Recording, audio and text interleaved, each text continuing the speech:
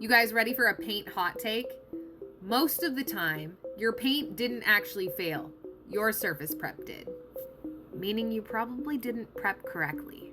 Paint failure is usually adhesion failure, and adhesion failure is usually surface contaminants or improper mechanical prep. So today, let's talk about paint failure in the Warhammer hobby and how it's not actually the paint. When paint peels, chips, scratches too easily, or beads up, that's usually an adhesion issue. And adhesion is almost always linked to surface prep. Paint does not bond well to surface contamination. It bonds well to clean surfaces. So primer is not magical. It helps create mechanical adhesion to your substrate, but it's not going to save you if your substrate has surface contaminants. So if your paint scratches or chips or wears off all the way down to the bottom substrate past the primer layer, it's an adhesion issue. It's a contamination issue. And just a quick filler tip here, your top coat is only as good as the coat that it is applied to. So if you have a peeling coat already on your model, on your wall, whatever it is that you're painting, that top coat is not going to fix it for you. You need to take it all the way back down to bare substrate and start again.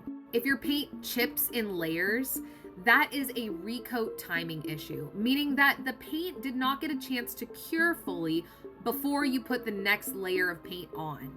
And dry to touch and cure are not the same. When it comes to industrial coatings, we spend way more time on surface prep than we do on the actual spraying of the paint because surface prep means performance. So before blaming the brand or the paint itself, ask yourself these questions. Did I wash the model? Did I handle the model with clean hands? Did I allow the primer to fully cure before attempting to paint my top coat? Paint usually does exactly what the surface allows it to do. So key points. Number one, mold release agents, especially in resin prints, okay? Those proxies. If you automatically go and attempt to paint one of these resin print models, you're gonna see like fish eyeing or the paint is beating up or pulling away, and that's an adhesion failure issue. That's surface contaminants. Key point number two, fingertip oils, okay? You are consistently adding a layer of fingerprint oils to your model while trimming, while assembling and priming and preparing it to paint. That's a surface contaminant. Key point number three, mechanical versus chemical adhesion. Many paints tend to rely on mechanical adhesion. That's that primer layer. And that means that cleanliness and texture definitely matter. Smooth, glossy plastic, whether a miniature or otherwise, equals a weaker bond, unless it's prepped properly. Number four, cure time myth, okay? Dry to touch is not cured. If you look at the technical data sheet for most paints, it's going to give you a dry to handle and dry to fully cure time. These are very important to understand. Dry to handle means you can pick it up and move it briefly. Dry to cure means that it's completely done off-gassing, drying, and it's fully adhered to the substrate and ready for a top coat. For example, acrylics tend to harden for hours after they've been painted, not minutes. You could have a dry to handle time of 15 minutes, but a dry to cure is closer to 4 hours. And sometimes it's even longer than that. Some paints can take upwards of a week to fully cure before they can be utilized for their actual purpose. Now that's like an epoxy for like a floor or a concrete coating that you're going to use to seal your concrete. However, most miniature paints, most miniature acrylics, dry to handle 15 minutes, dry to fully cure a couple of hours. Now the reason this is important is that's when you get that tape to peel problem, right? Where you go, it's dry to handle, you put tape down, whether you're doing hazard stripes or checkers or whatever it is, and you go to pull that paint up later and it pulls that top coat right off of your primer.